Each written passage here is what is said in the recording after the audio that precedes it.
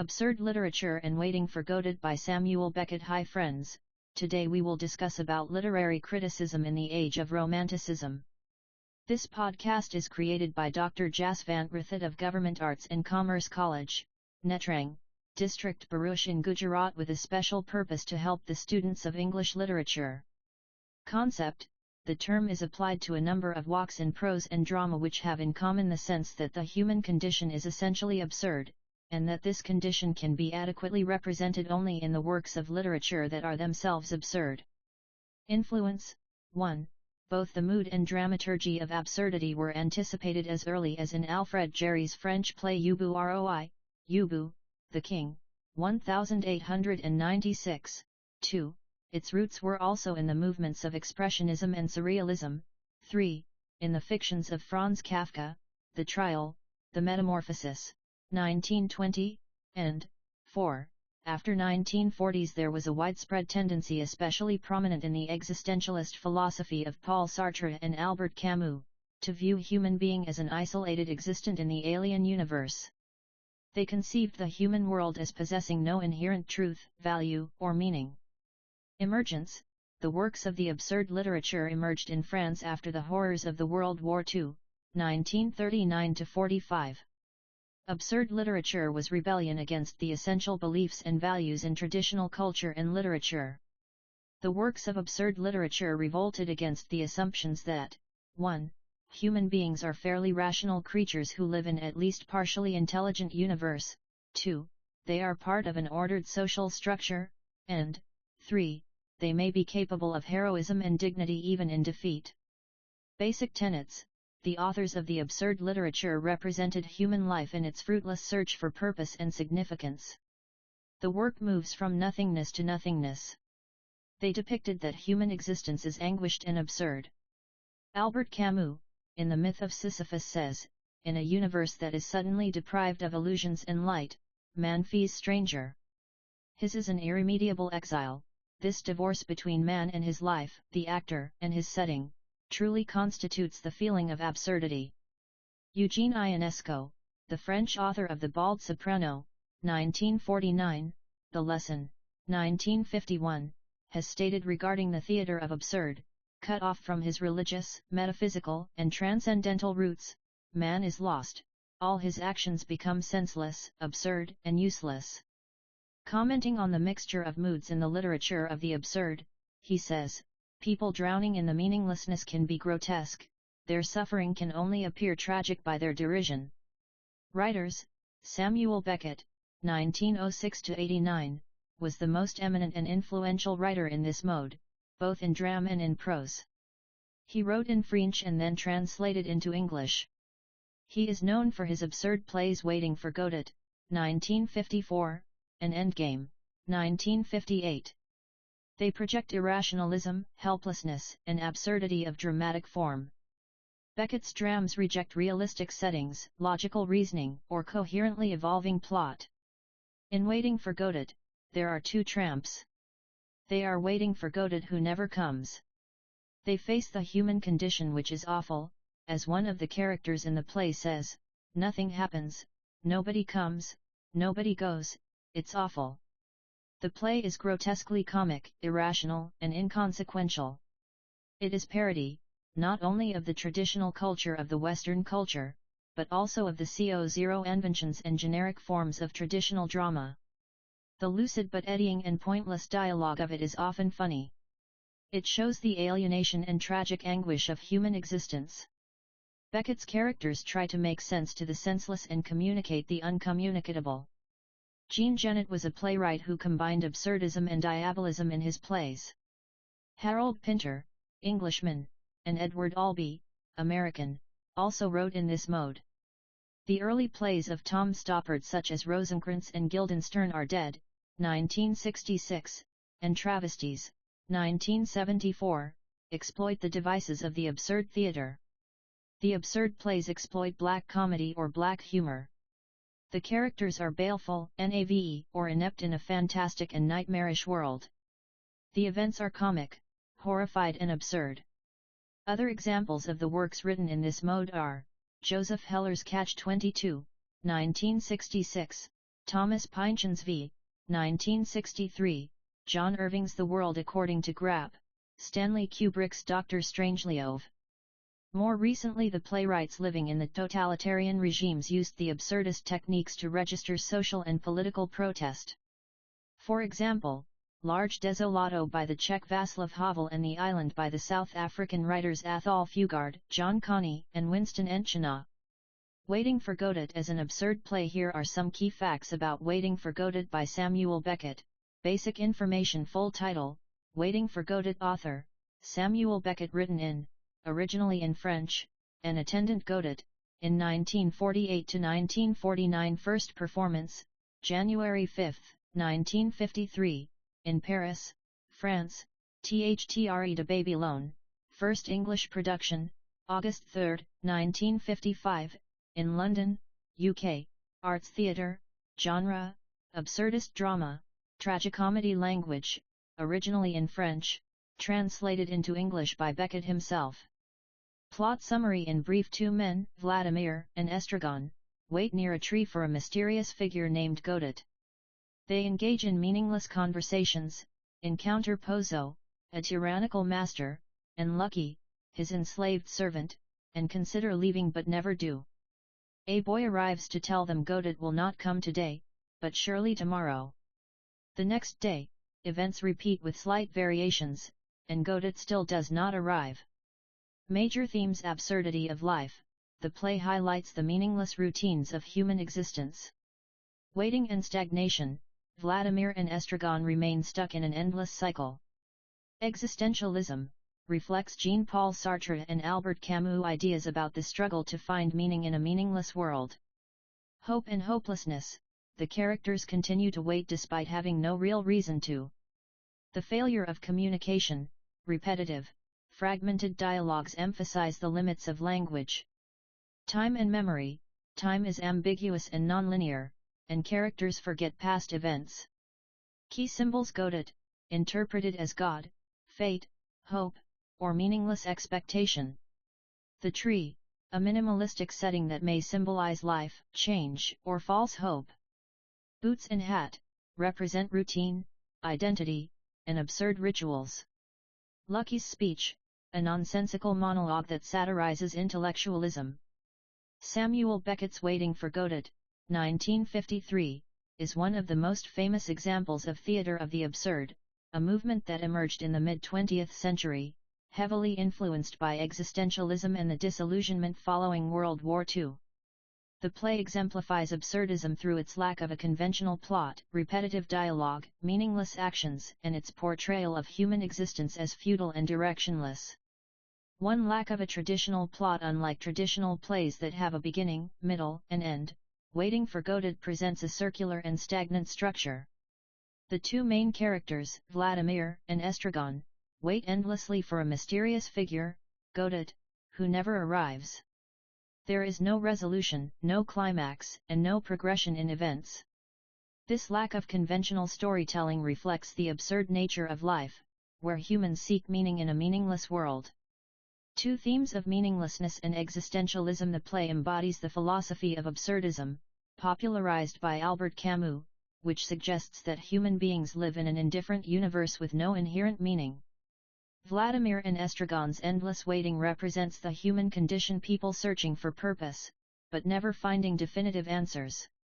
The arrival of Godot, which could symbolize salvation, purpose, or meaning, never happens, reinforcing the idea that life is fundamentally devoid of certainty.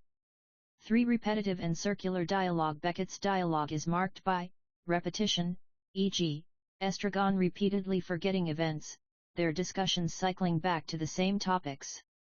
Illogical exchanges, words lose their conventional meanings. Pauses and silences, emphasizing communication breakdown and the emptiness of language. This mirrors the absurdist belief that language is inadequate for conveying real meaning. Conversations often seem mechanical, further stressing how life is filled with futile interactions. 4. Static characters and inaction. Unlike traditional protagonists who undergo development, Vladimir and Estragon remain unchanged. They are caught in an endless loop, unable to leave, act decisively, or gain insight. The other characters, Pozo and Lucky, also engage in bizarre, meaningless interactions that reflect the absurdity of social roles and human relationships. For instance, Pozo appears to be a master, and Lucky his slave, yet in Act 2, Pozo becomes blind, showing how power is transient and meaningless. Lucky's nonsensical monologue is a parody of intellectual discourse, showing how even knowledge can be absurd. 5. Symbolism and religious interpretations. While waiting for Godot avoids clear interpretations, many see Godot as a godlike figure, representing salvation or ultimate meaning. However, because he never arrives, Beckett suggests that waiting for divine intervention or a greater purpose is futile. The barren landscape, the single tree, and the lack of significant action reinforce a bleak, meaningless existence. 6. Conclusion. The absurd condition. Beckett's play ultimately presents life as a cycle of repetitive, meaningless actions, highlighting the absurdity of human existence. There is no certainty, progress, or resolution, only waiting. This aligns perfectly with the principles of absurdist theatre, making Waiting for Godot one of the greatest representations of the theatre of the absurd. Characters in Waiting for Godot. Samuel Beckett's Waiting for Godot revolves around 5 characters, plus an off-stage figure, Godot. Each character represents different aspects of human existence, contributing to the play's absurdist themes. 1. Vladimir, Didi, role, the more intellectual and philosophical of the 2 protagonists. Characteristics. Rational and thoughtful, he is the thinker, often engaging in deep contemplation about life, time, and existence. Memory and awareness. Unlike Estragon, Vladimir remembers past events and notices the repetitive cycle they are trapped in. Concerned with Godot, he is more insistent about waiting for Godot, symbolizing those who search for meaning and purpose. Protective of Estragon, acts as a caretaker, reminding Estragon of events and taking responsibility. Symbolism. Represents intellectualism, reason, and hope, though even his logic fails in an absurd world. May symbolize religious faith, as he clings to the hope that Godot will arrive and provide answers. 2. Estragon, Gogo, role, the more emotional and instinct-driven companion of Vladimir. Characteristics. Forgetful and childlike, Estragon struggles to remember previous events, including why they are waiting for Godot. Driven by physical needs, he focuses on immediate concerns like hunger, pain, and sleep, showing his more earthly, bodily nature. Impatient and fickle, often suggests they leave but lacks the willpower to follow through. Dependent on Vladimir, relies on him for guidance, showing their co-dependent relationship. Symbolism. Represents the body and immediate gratification, in contrast to Vladimir's intellect. Some see him as a symbol of humanity's forgetfulness and lack of progress, constantly suffering but never learning. 3. Pozo role, a pompous, authoritarian figure who appears to be in control but later loses his power. Characteristics. Arrogant and cruel. In Act I, he dominates Lucky, treating him as property. Self-centered, enjoys boasting about his status and expects admiration.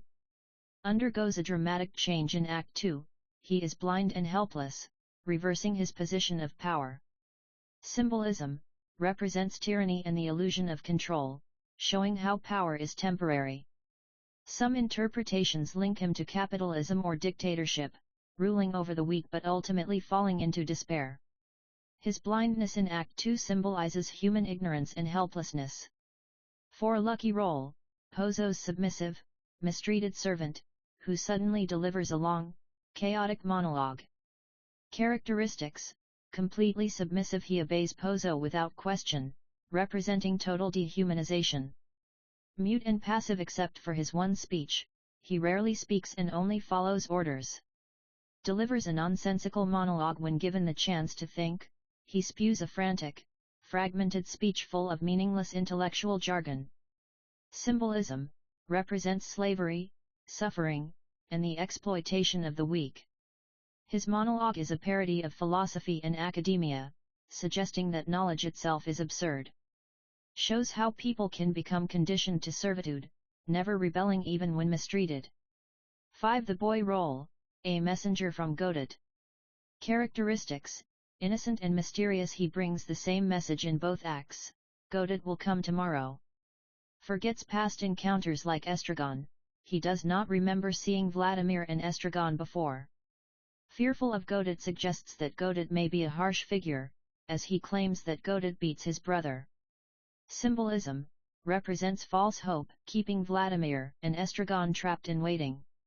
Could symbolize religious faith, as he brings a message of salvation that never materializes.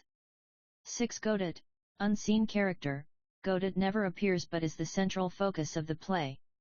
Symbolism, could represent God, salvation, or meaning, but his absence suggests these things are illusions. Some see him as a symbol of political or social change that never arrives. Others argue he represents nothing at all, reinforcing the absurdity of existence. Conclusion: each character in Waiting for Godot contributes to its themes of absurdity, existentialism, and the human condition. Vladimir and Estragon symbolize different aspects of human nature, while Pozo and Lucky highlight the power dynamics of society. The boy maintains the illusion of hope, and Godot remains an elusive, possibly meaningless concept. The interplay between these figures makes Waiting for Godot a profound exploration of life's futility, repetition, and lack of resolution. Samuel Beckett's Waiting for Godot, 1953, is a cornerstone of theatre of the absurd, known for its distinctive language, unconventional style, and deep existential themes.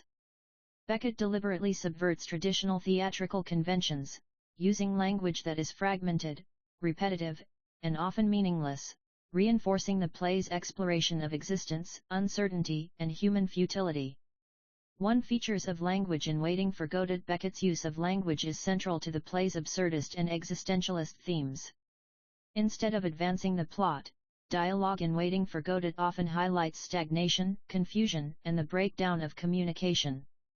A repetition and cyclical dialogue. One of the most striking features of the play is its repetitive dialogue, which reflects the meaninglessness of human existence. Examples: the constant repetition of phrases, e.g., nothing to be done and we are waiting for Godot, emphasizes the futility of their situation. Vladimir and Estragon often forget past events, restarting conversations in an endless loop. The boy delivers the same message in both acts: Mr. Godot will not come today, but surely tomorrow. Reinforcing the idea that tomorrow never arrives. Effect: repetition underscores the monotony of life, symbolizing the human tendency to engage in meaningless routines while waiting for purpose or salvation. Fragmented and illogical conversations. Dialogue in the play is often disconnected and lacks logical coherence. Characters engage in nonsensical exchanges and unfinished thoughts, illustrating the absurdity of human communication. Example: Estragon, let's go. Vladimir, we can't. Estragon, why not? Vladimir, we're waiting for Godot. Effect: this lack of communication symbolizes existential uncertainty, where language fails to provide clarity or meaning. See wordplay, puns, and contradictions. Beckett often plays with words, using paradoxes and contradictions to further emphasize the absurdity of human thought. Examples: Pozo claims, I am blind. Then immediately contradicts himself, perhaps I am not blind. Lucky's monologue is filled with academic-sounding nonsense, exposing the emptiness of intellectual discourse. Effect: these contradictions reflect the uncertainty of truth and knowledge in an absurd world. 2. Style of Waiting for Godot. A minimalist and anti-realistic, Beckett strips the play down to its bare essentials, avoiding elaborate settings, complex plot lines, or clear character development. Elements of minimalism: a barren stage with only a single tree. Characters in ragged clothes, with minimal props, e.g., boots, a hat, a rope. The absence of action. Characters remain stuck in an endless cycle of waiting. Effect: the minimalist style amplifies the play's themes of isolation, monotony, and existential despair. Circular structure. Unlike traditional plays with a clear beginning, middle, and end, Waiting for Godot is structured in a circular pattern. Act I and Act 2 mirror each other, with slight variations, e.g., the tree in Act 2 has leaves. No real progress is made. Vladimir and Estragon remain trapped in their waiting. Effect: the circular structure reflects the repetitive and meaningless nature of existence. See absurdist humor and tragicomedy. Despite its bleak themes, Waiting for Godot is ironically humorous, using slapstick comedy, wordplay, and ridiculous situations.